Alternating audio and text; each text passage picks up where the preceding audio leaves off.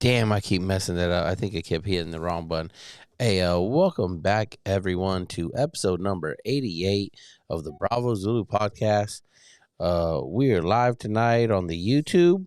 This is Saturday night, so if you're listening to this in the future on your favorite station or wherever you like to stream stream your podcast, this has already happened. But head over to the YouTube channel and maybe watch a little bit and leave a comment. Let me know what you thought about the episode, at least on the video. It helps the little algorithm and everything like that. Don't forget to like, subscribe, all that other stuff, right? I got a new setup in here. Same background setup. I got a new tabletop. I went to Home Depot and they got like the what do you call that? Butcher block. They got the butcher block. Oh, I gotta turn that down. Nope, turn that up. Turn that all the way down. There we go. Butcher block countertop that you could buy at Home Depot. So I bought one that's bigger, still 6 foot long, but it's now 39 inches wide. So I've got like more space between me and guests, and just more space for all the equipment on the table while still allowing. I don't know. I'm pretty stoked about it. I think I posted a picture of it. I know I sent it to some friends. We stained it. Cognac. Nikki picked it out. Thanks, babe. And so that's what you see right here is that cognac right here. And, it's pretty dope. I like it. Well, anyway, so tonight's episode, I've been wanting to get to a few things. I'd been making notes on an episode I wanted to talk about. I'm looking at my notes here, so sorry if I'm not looking at the computer. I might be able to move this over or something. And so I'm going to talk about this, and I think it coincides with some of the things that I've been asked at work from different people, and just asking, general questions like, hey, Chief, what do you think about this or that, right? So as the title says, I think I forget what I called this already, just a person, right? And in my notes, though, I had it labeled just a sailor, and then last minute I just changed it to just a person. Because like a lot of these things that be coming up, and I did this. I put these notes down like a week, maybe 2 weeks after the whole Mick Pond situation on the G-Dub, right? And I'd been listening to some other podcasts in that were kind of like breaking that down. And let me know if y'all like if you're watching on Spotify or YouTube, let me know. I got a second camera set up with the wide angle of the whole little studio backdrop and everything. Let me know if y'all like that. All right. It just makes up the angle for y'all watching, give you some different look at every couple seconds. And so I wrote these notes down because I had seen things that, out there on the streets as I keep my ears to them. And one of them was like in a group, a Facebook group where some other chiefs were hanging out with the Mick Pond and stuff. And it got me to thinking as I listened to this podcast, and I said, all this stuff just kind of fucking converges all at once sometimes. And it gives me all these thoughts. And it's like, man, the way sailors, but especially chiefs, treat the person who is the Mick Pond or CNO or any of these higher ranking offices, right, is absolutely crazy in my opinion, right? Like people will run up and at every opportunity or chance try to get a picture with the Mick Pond just so they could post it and be like, little bit of, look at me in the Mick Pond, right? Just two brothers or a brother and a sister just hanging out, And it's like, I mean, I guess if you're into that. And me and Nick, and I think Chad, we'd covered this before in a different episode about different things, but it's kind of like groupie-ish, right? Like what is so special about that person that you feel like you need to brag about hanging out with them, right? And again, that's not just Mick Pond. That's anyone in the military, right? Like people are like, oh, they put their pants on the same as you. Like, yes, that and what has made them so special, right? They've done their career. They've served honorably. They've put up with shit that you've put up with. You put up with shit that they haven't, vice versa. What's the difference? Except that they've taken a path and got them to this position, which is notable, right? But why do we put these people on that pedestal of like, oh my God, like, man, I got to get a coin from them. Like, that would be so historic. Oh my God, how am I not? Like, it's like a 40-year-old virgin, right? When he pulls out the samurai sword, he's like, and he's like, that's pretty legible, right? Or whatever. And curly haired as fuck was like, no. And he's like, it's an autograph from Randy Jackson. And he's like, why'd you get it on a samurai sword? And he goes, well, I was not going to not get Randy Jackson's fucking thing, right? Oh, I got to get comments up. Let me see. If you're, yo, what's up, Gary? I just seen that. All right. So, hey, if you're joining us on YouTube, say what's up in the chat. And, just say what's up. Let me know what you're thinking as you listen and watch, okay? Hey, Gary, if Annie's with you, tell her we said hi over here, okay? She's a major blessing to you, bro. I don't know how you pulled that off still. But shout out Gary and Annie over there up in Washington. So back to what I was saying, right? Like, how you not going to not get Randy Jackson's autograph, right? I think that's how people feel, right? Or not 40-year-old virgin. I said 40-year-old virgin, Step Brothers, right? I think people are like the fucking 40-year-old virgin, the Step Brothers, and they see someone and they're like, oh my God, I got to get this person's autograph or a picture with them. And so, they do. Cool. I don't think it's cool, right? I don't think it's like anything special at all. Like, that's not to say if I didn't have the opportunity to meet him, I wouldn't meet him. Like, if we're at the same table, I'm going to introduce myself. I'm not rude. I'm not a dickhead. But I'm not going to go out of my way to be like, even if we're having breakfast at, say, some kind of training or symposium or something, right? In that instance, I'm not getting in line so I could get a picture with them. It's not happening. Why? Because as this is titled, he's just a person, right? And as my original title, he's just a sailor. Or she is just a sailor. There's really nothing special about him, right? We all just sign up and we all just do the damn job that we're contractually obligated to do. And some do it better and some do it not so good and some do it, at the level that they're supposed to. And some stay in a long time and get into positions where I guess people want to take pictures with them. I don't know. It's kind of weird. And so, like I said, that converged with this other podcast, the U.S. Naval Institute. They have a proceedings podcast I listen to every now and then. And it's dry as fuck.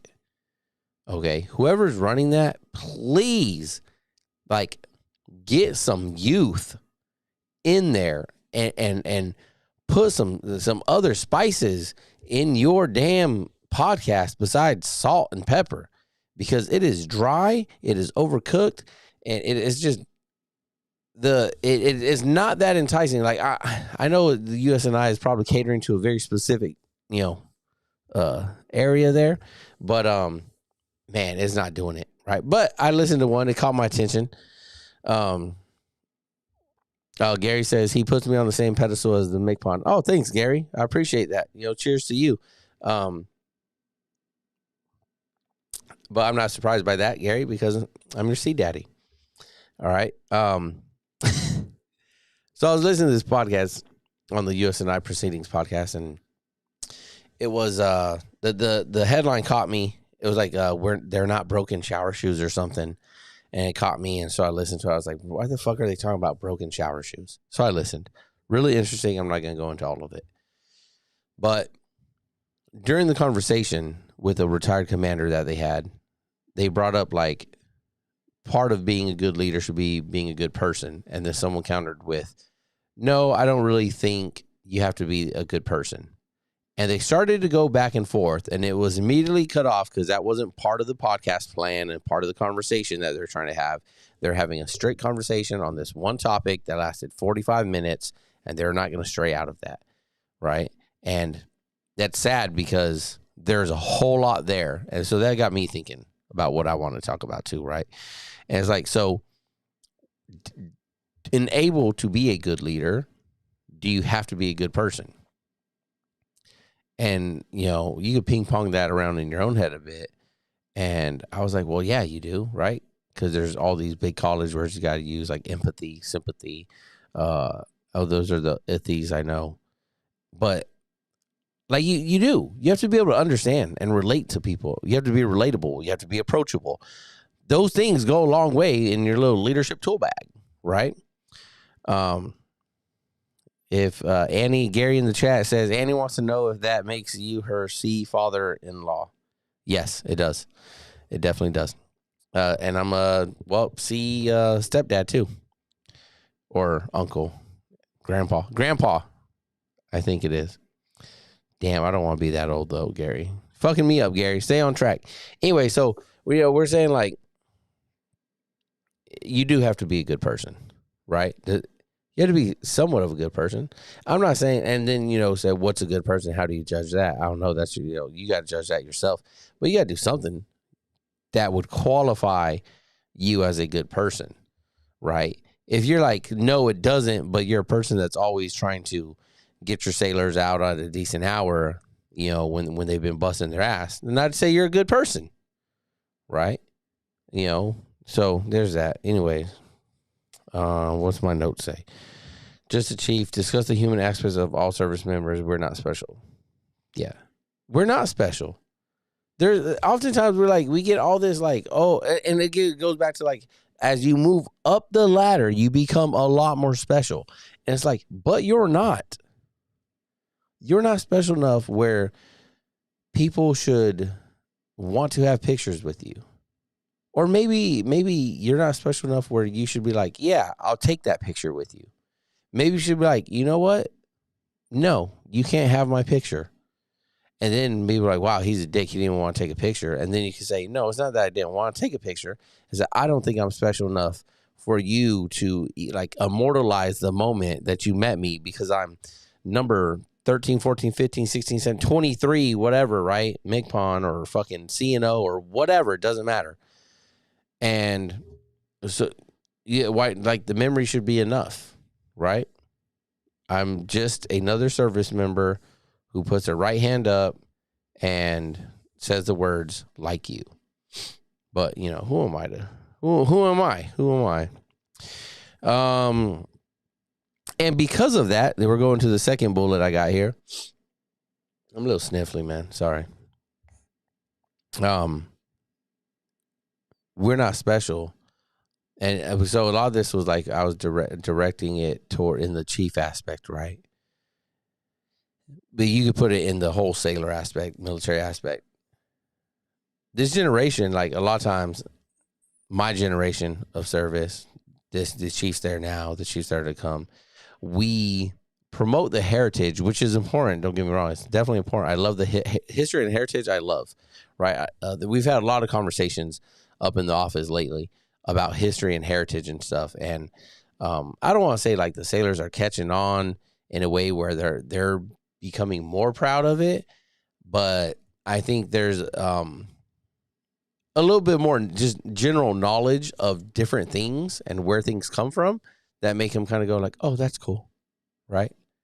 It doesn't change their life, but it's just kind of that's cool. I didn't know that. Now I know that. That's cool, right? But on top of that, it's as chiefs are these keepers of history and heritage, right? I feel that we do ourselves damage by promoting it so much and making ourselves look so great, right? Oh yeah, our chiefs always done this and did that. It's man, but when was the last time, right? When was the last I think the most recent one was the SEAL senior chief, Byers, and you could Google it. It's there. Medal of Honor recipient, hand-to-hand combat, killed a couple of people with his hands, ran to the building, all that, right? Fucking tipped the hat. Dude got after it that day in rescuing some American hostages and stuff, right? So, awesome. And back up from that, and then you might have, you think, what's her name? Shannon Kent, I believe. I forget her rate, but that died. I don't want to say not heroically, maybe heroically, but in the line of duty, right? Awesome. But it's becoming far and fewer between because the wars aren't fought the same.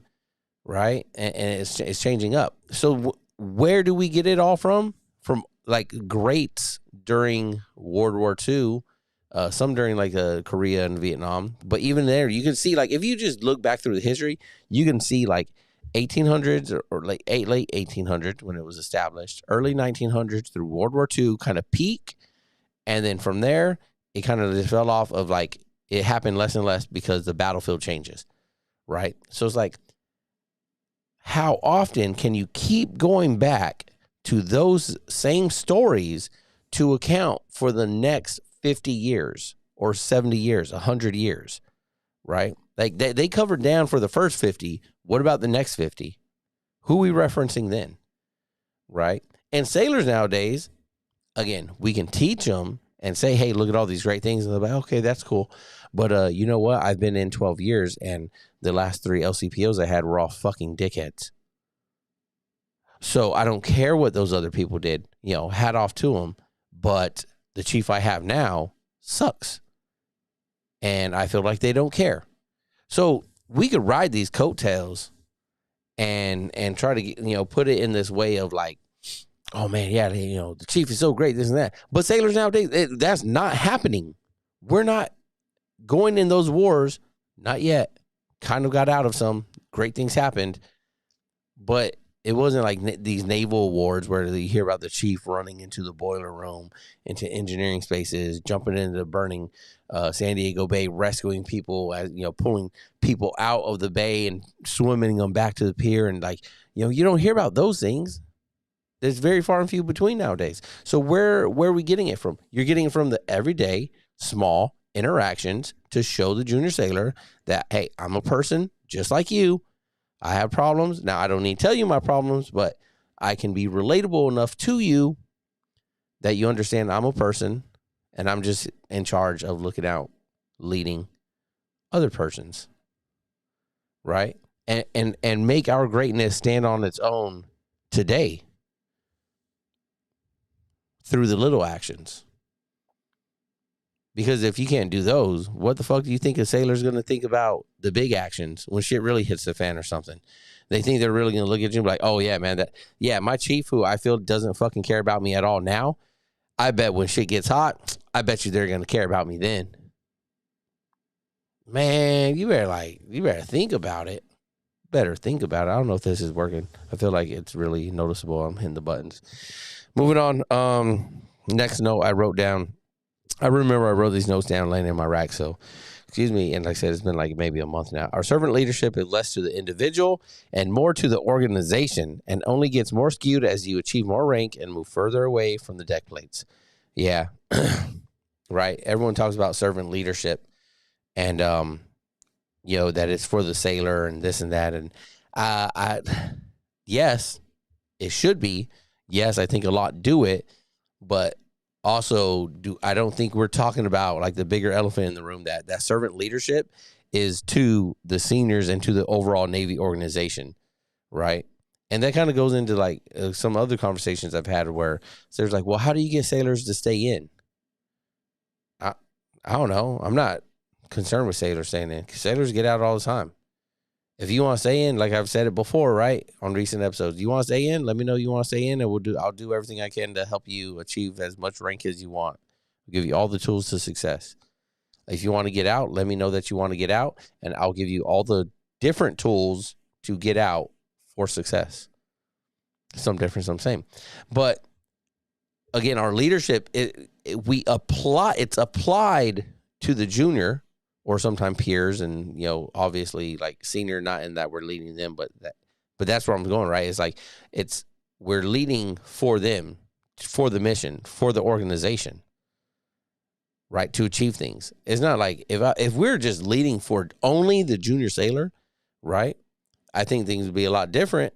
There'd be a lot more no's, a lot less yeses, right? Just think about it. And, I'm sure, again, I always say, I'm sure there's someone out there smarter than me that gets it more than I do. But this is just me talking, right? And like I said, so like, and then as you move up the ranks, and this was the perfect example for the McPond situation on GW. I know that's old, but this is when I wrote that, right? And my thinking behind it was like, when you get to that level, when was the last time you were actually on the deck plates in charge of a division or department? How long had that been? When you really had to sit down one-on-one with that sailor and go over that personal issue that they're feeling. Sure, you've had to hear it from, it gets filtered up to you and you hear it, and now you're at that 30,000, 35,000 foot level, and you're like, okay, mental health matters. What do we need to do? And we need to do this, and we need to do this, and we need more clinics, and we need more doctors. We need more of this. Cool. But when was the last time you actually sat there looking another sailor have a breakdown, and you're scared because you're scared to make the wrong choice or do the wrong thing? You're scared the help's not going to get there in time, right? You're scared and nervous for the sailor because you don't know what's going to happen. You're so out of touch with it. You haven't done it. And those that are at those positions now, if they're 26 years, 30 years, some people are up north of 30, going into these positions, like for one last huya, right? If it's been 15 years, we'll say, like, how much has changed in the military and society in the last 15 years when it comes to these mental health issues, right? When it comes to the child care issues that many experience, when it comes to all these issues that are out there that people talk about, you haven't dealt with them in 15 years. And the last time you dealt with them 15 years ago, your answers that you gave then would not fucking fly today. Plain and simple. And people can sit there and be like, no, I was always a good chief. Nah, stop. It was a different time. Different answers were given. Hey, man, you'll be right. Just hit the gym more. Work it out. Well, let's go have a drink. All kinds of shit like that. Right? Times are different now. Now it's kind of like all stop. We're going to dock. All stop. And no one ever wants to ask it, but I've asked it plenty of times in my career, talking to sailors, hey, do you think about killing yourself? Because if you are, I'm like, not if you are, but I guess like no matter what, I might be coming to get you anyways, but stay on the phone with me, right? Or call 911 right now, right? Someone's on the way to come get you right now, because if you are, we're taking you to the hospital. Okay, so again, this is just me talking, man, but again, you can't say that they're not in touch or that they are in touch. They're off the ship. They're off them deck plates for 15 plus years, 10 to 15 years probably by the time they get to the highest levels of forces and fleets and stuff, maybe, right? So how, and do not confuse an all hands call with being on the deck plates. I don't think anyone is. I don't think anyone can, right? Man, you're going out there, and even though some is getting more raw now, some of those questions, and they're a lot better, you still don't know. You're not still seeing the everyday work tempo and everyday suck, right? You're just there to do the job of asking some questions and trying to help out. But you leave and you go somewhere else, and you still enjoy the day or whatever, or the stresses that are inflicted upon you of having that office, that person stays there. So you could go there and be like, oh, man, I really see it. Yeah, it fucking sucks around here. But you're still deucing out. And they're still there like, cool, man. Thanks for stopping by. Or worse, people don't stop by. People have no clue how shitty it is. They don't come through at all, right? They've never been on one of their ships that they're in charge of or seen the day-to-day. They just, like I said, they sit up there in the high ivory castle, tower, whatever, and they look down upon thee and like, man, let me see my checklist. Yeah, it's getting done. All right, so I'm happy then. Cool, good job, everyone over there. You guys are doing, I mean, how shitty do you think a crew feels when the highest up people, right, the people that are not on the ship, come through and they're like, guys, I know all the work you've been doing. It's great. It's good stuff. Blah blah blah blah blah blah blah. You think the crew, like, how do we think the crew's really feeling? And I'm like, motherfucker, I ain't never seen your ass around here looking at any of the work we've done. So how good of a work do you actually know is being done? Or is that just your standard line and verbiage that you come and use whenever you visit? Something to think about. Something to think about. Let's keep it moving here to check that one off. Let me see. Time check good. All right, then I got. Let me see what this one says. All right, I said only you feel about yourself the way you feel about yourself. Others can't assign your own feelings for you. Ooh, you can't feel what others feel for you. Damn, I've been reading some controversial person, Jordan Peterson, psychologist. I was talking to Nikki about him, and she was making fun of me because I was like saying that some of his stuff is good, and she was like, "Yeah, it's good because he makes you think it's good because it's psychology and it works like that." I was like, I didn't like that she was making me feel dumb like that, but she's pretty smart, so I'll take it. Anyways, I forget where I was going with that, right? But look, we could dissect it a little bit, right? It was like, let me see. Only you feel about yourself the way you feel about yourself. That's kind of like, if you're thinking like, man, that person thinks I'm shitty, how the fuck do you know?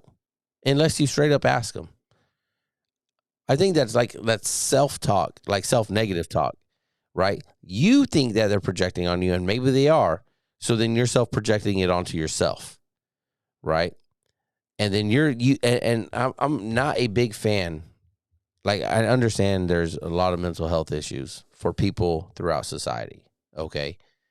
I'm not a fan of only looking at mental health, like memes and pages and stuff like that, that reinforce your own thoughts that you feel shitty. Those are not uplifting fucking at all. If all you do is scroll through Instagram or fucking TikTok or whatever you want, and all you're looking at is how it's okay not to be okay. It's that your ADHD is this, that your depression is that. Like, depression is sometimes feeling like this, and you're like, yeah, that's how I feel today. Sometimes depression is feeling like that. Yep, that's how I feel today. Like, that's all you're force feeding yourself. And then you start to think, whoa, that's probably what everyone else feels too. How do you know? You're never getting out of your damn bed. You're never getting out of your house. You're not going anywhere because all your memes tell you that it's okay to not do any of that because it's just a normal cycle, or not normal cycle. It's not normal at all, right? It's like abnormal. That's why you're in those feelings. And like, things are, you need the help whatever help you need. But like, you're cycling yourself into it more and more and more and more. You're not in my opinion, you're not reinforcing yourself with anything positive. All those fucking meme pages and shit that are about that stuff, none of it is positive. None of it is telling you like, hey, by the way, you might have depression, but today could be a fucking good day. You just got to get up and you got to start with one thing. Whatever it is, I won't say that. Y'all know. But like find something in today that was fucking cool, right? Find the positive, something, and then go from there. And if you can find one positive, then you might be able to find two, and then you might be able to do it tomorrow. But if all you're reading is the same, hey, you're fucked up, and this is probably why. If, childhood trauma, we all got it, right? Or most people do, I think, in one way or form or fashion. Everyone's does, right? But being that you had childhood trauma, well, you're just due to be fucked up because it happened. Fuck that. Why? Why are you letting other people assign your own feelings about yourself? Only you can do that. So there lies in, if all you're doing is feeling negative, that's nobody outside, right? It could be, someone could be there fucking telling you you're a piece of shit. You should probably fucking punch them in the face, okay? But you should always feel good about yourself, or find a way to feel good about yourself so you can have that success. If that makes sense. I don't know. Gary, if you're still there, man, read that back to me. Excuse me. That's probably rude. You didn't like that.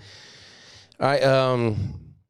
Do you have so much pressure because you think people are judging you, or is it because you're judging yourself?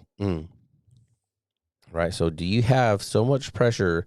Do you feel that you have a lot of pressure because of what other people are applying, or do you feel it because you're applying it on yourself?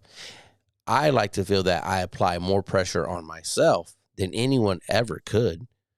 Because if I'm, and this is funny, we'll go there. If I'm applying the pressure, then I know I'm in control. And as some of the people I work with in the office have seen recently, when I don't have control, I start to lose my mind. And I'm talking about like my little Leuchtturm 1917 notebook. When that thing goes missing, because my old dumbass fucking sets it down somewhere and then get busy and run around and boom, boom, boom, off to the next thing, right? And then the next morning, an hour later, I'm like looking for it so I can start checking boxes of what got done or making a new list of what still needs to be done.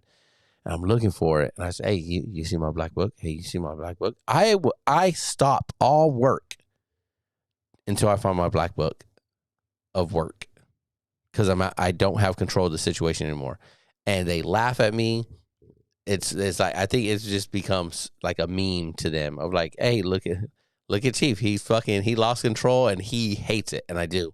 I absolutely do. But that's because of the pressure I'm applying on myself. You cannot let other people apply more pressure on you than you can apply on yourself. And it doesn't mean like the pressure you apply on yourself has to be like at a greater level, right? Where you're applying your own stress on yourself or anything, but that maybe the importance of the pressure that you apply on yourself is greater than the importance that others do. If that makes sense. Yeah, I think I'm getting a little deep. I don't know. Maybe not. Maybe you're listening and you're like, no, not at all. Which would be perfect, because that means I'm hitting my target audience. Being a good human is necessary. All right, so we went over that. We went over that one, all right. Then I had one more in here. I put on here, how do we define success? And we've talked about, I think, that in other episodes before. Let me know. Again, if you're listening, head over to YouTube and watch for a little bit also, and drop it in the comment. Like, how do you define the success, right? And, we're not going to go into that one. The other thing I wanted to say was like, this topic had came up, and it was how I forget the exact question, but something to the effect of like, how do you conduct yourself inside and outside of the uniform, right? And is that person different? And I thought it was really interesting coming from the person who asked it. And it's like, because the rank and everything has a very important place in how you conduct yourself. But I'll put it better like this, I think. Me and Nikki talked about this before. I don't think it was on the show. People often think my wife is prior enlisted because the way she talks and the way she looks. Tattooed. She's got a tattoo, so they think that she's prior enlisted. And the way she talks, they think that she's prior enlisted because she probably curses at work and tells people that they're fucking dumb. Shout out, babe. So, for some reason, because she has tattoos and talks like that, they think she's enlisted because they think it's unprofessional, probably. Because professional talk is only one tone. And it probably sounds like something like, good afternoon, fucking Bob's Burgers, how may I help you? You know what I mean? You know how you answer the phone when it's somebody important. Hello? Right? And then you know how you answer the phone when it's somebody you know, and it's your boy or it's your homegirl or something like, hey, what's up, fucker? There's a difference. And the one is deemed professional and the other one isn't. And then in the military, you are supposed to always be a professional, yet somewhere in the fucking Navy, like no one told anyone, right? Except maybe the wardroom, that they're the professional. And this is out of a book I actually been reading, that CPO, Chief Petty Officer Guide, that it says the wardroom and the officers are the professional class, while the enlisted are the working class. And it puts in parentheses too, like the professional white collar wardroom, right? And it goes enlisted, parentheses, the blue collar working class. So even from that, it puts on the stigma like, Well, no, we're blue collar, which means we're rough around the edges. We do the dirt work. We're probably going to have, more unprofessional speak, right? Except in today's society, when people are so integrated and like raised with cross cultures, especially in America, you get people that it doesn't fucking matter, right? If you're my age, you probably listen to a lot of the same music that I listened to growing up, unless you're just from a certain part of the fucking neck of the woods where you did not listen to Dr. Dre, Chronic, 2001. You tell me you're between the ages of 35 and 38 and you never listened to that, then I guess you're just from that area where you never listened to that, right? You never listened to Jay-Z. Some of those, you come on, all right, and I know what you did listen to if you didn't listen to those. I know you fucking listened to Eminem. I know you did that. Like, I know you did. So, but when you're in the uniform, you have to be that professional. So, in some aspects, and again, some of that can't come out or you can't speak like that because of the position you hold or something. But then when you get out of it and you do show that, who's looking at you funny? Is anyone looking at you funny? Right? And then you're like, oh, they're like, damn, I didn't know you did all that, right? And there's like, you could go find reels or fucking TikToks about this shit, right? There's funny ones, right? Where like when the company finds out that you can cook or dance or something like that, right? And whatever. And so then now they start looking like, oh, I didn't know you were all that. Not saying it's negative. It's just looking at you like, oh, and then you're back in uniform and it's like you're a whole different person. And then someone wants to bring up like, well, why do you act different in uniform? I don't know, because maybe people judge me different when I'm in uniform. Right? So if you're going to judge me different when I'm in uniform, and please believe we're all being judged, or another word they like to use is evaluated, right? Then while I'm in uniform, I'm going to conduct myself within the standards that the Navy presents for how we're supposed to conduct ourselves. And then when I'm out of it, I'm probably going to be a bit different. Maybe a lot different, maybe not so much different. Just depends on how, what your left and right kind of like lateral limits are of your conduct. I'm sure it's harder in that professional class of being a professional here in uniform and then stepping out of it and kind of letting your guard down a little bit and opening up and being like, yo, I'm just a person. You're just a person. Because, and I'll tell people this all the time, because you never know when you're back in uniform and then, so, you think that, oh no, we're all just people. So you say that thing and then it's like, hey, what are you doing? And it's like, what? I was just cracking a joke. Innocent joke. Nothing that Simeo should be contacted about. I was just making jokes. I thought we could make jokes there. And then they're like, no, we don't make we don't make jokes like that. And I was like, oh, okay. So that's an out of uniform joke, is it? Okay, noted. Right. So you, like, now I could judge you a bit of okay, so there's an out of uniform you and then there's a in uniform you. And those two are completely different. Completely. So now I'm asking, well, I wonder if they're more like, are their morals changing, like completely changing when they're in and out of the uniform? They have a different moral compass for who they are in and out of that uniform. Note to self, I'm not going out with that person on Liberty, because I want someone that I know is the same no matter what. I want an even, straight shooting, whatever. Oh, what's up, babe? Damn, hey, my wife just hit the chat. I gotta go, y'all. Just kidding. We still here. Hey, Sugar, we're just talking about professional talk in the workspace, professionals and not professionals and stuff. And I had brought up the discussion we had before about like how people often think you're prior enlisted and stuff like that. So, go ahead and jump in the chat and I'll add your whatever you put in the chat up on the screen. But so I was saying, so like, and so again, I think it'd probably be harder for your professional class wardroom members to balance that in and out of uniform, because when you go in uniform, Like that rank is always real, but in that area, I'd say it's a bit more real than some of the other areas, right? Where you got your E6 and below all in one berthing, kind of hanging out, yeah, that's the first class, got to respect them, but also they're doing like our recent guest said, they're in berthing they're all acting like jackasses, right? Building camaraderie, right? Well, how far does that jackassery go when, the fucking JG or someone's got the 04, not that they'd be rooming together, but let's just pretend they are or something, right? In a headlock because they're doing jackassery. All right, now that's not cool, right? Boom. Nope. Fucking unprofessional. We went out of those lateral limits. Not cool, right?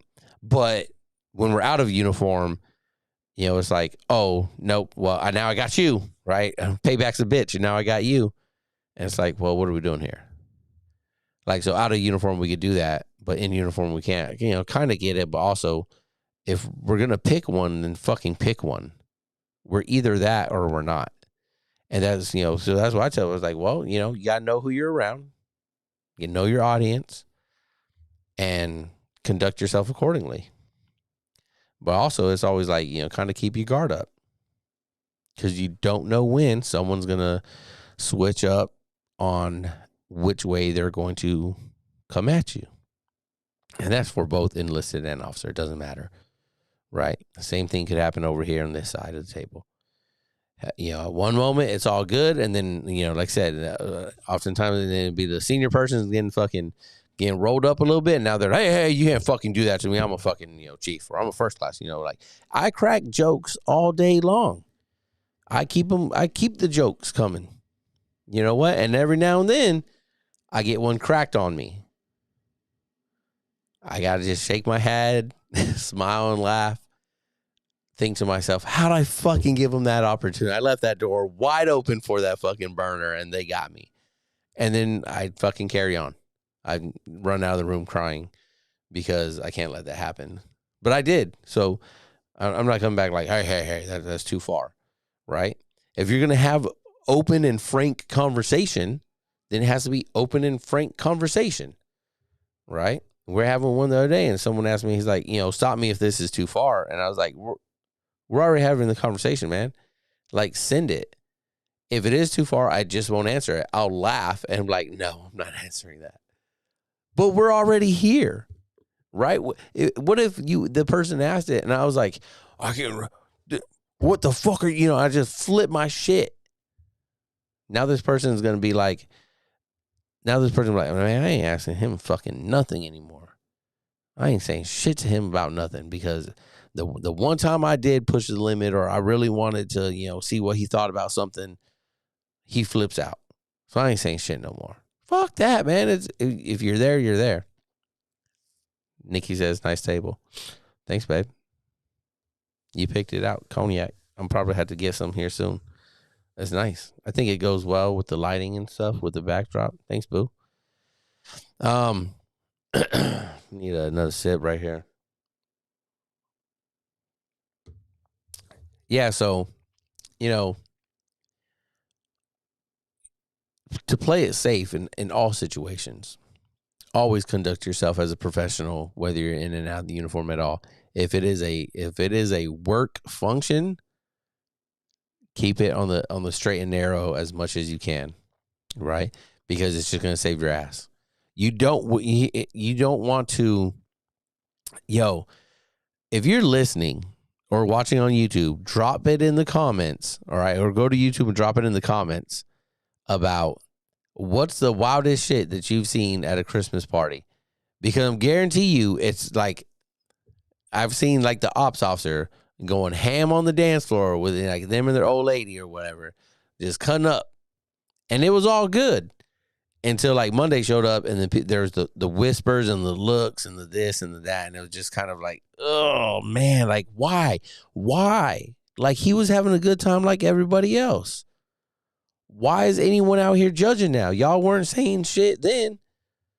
Y'all were joining in on it. But since he fucking got loose a little bit, now we want to talk about, oh man, did you see him? He was so drunk. He was fucked up. Fucking who cares? He's a person. He's allowed to do that. or she's allowed to do that, whatever, right? Baby, you got any questions about professionalism in and out of the workspace? She's in the workspace right now.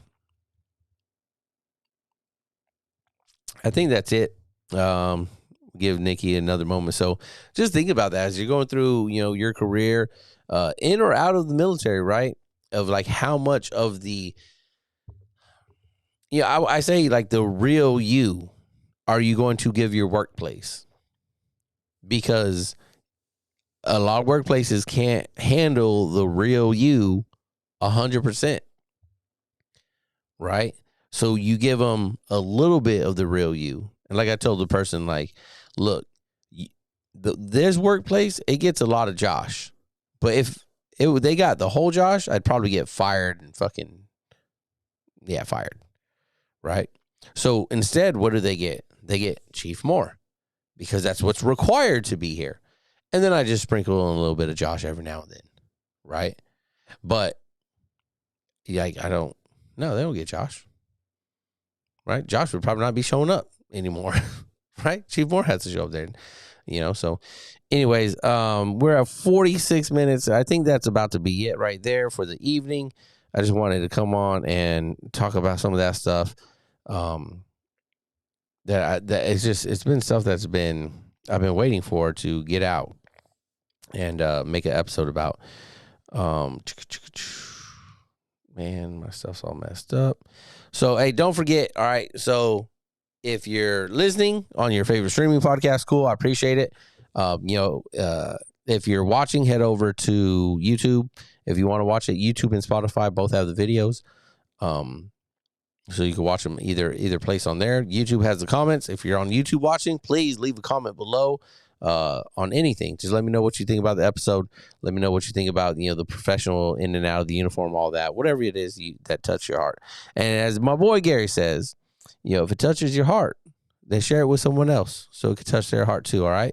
We appreciate y'all stopping by tonight or this morning, whenever you listen to this, and joining us. So don't forget, for more information on how you can support the podcast, please visit us at where we at anchor.fm/Bravo Zulu podcast. The information, views, and opinions expressed in this are solely my own, Joshua Moore, and the individuals involved and do not necessarily represent the DoD, the DON, or those of the respected institutions or organizations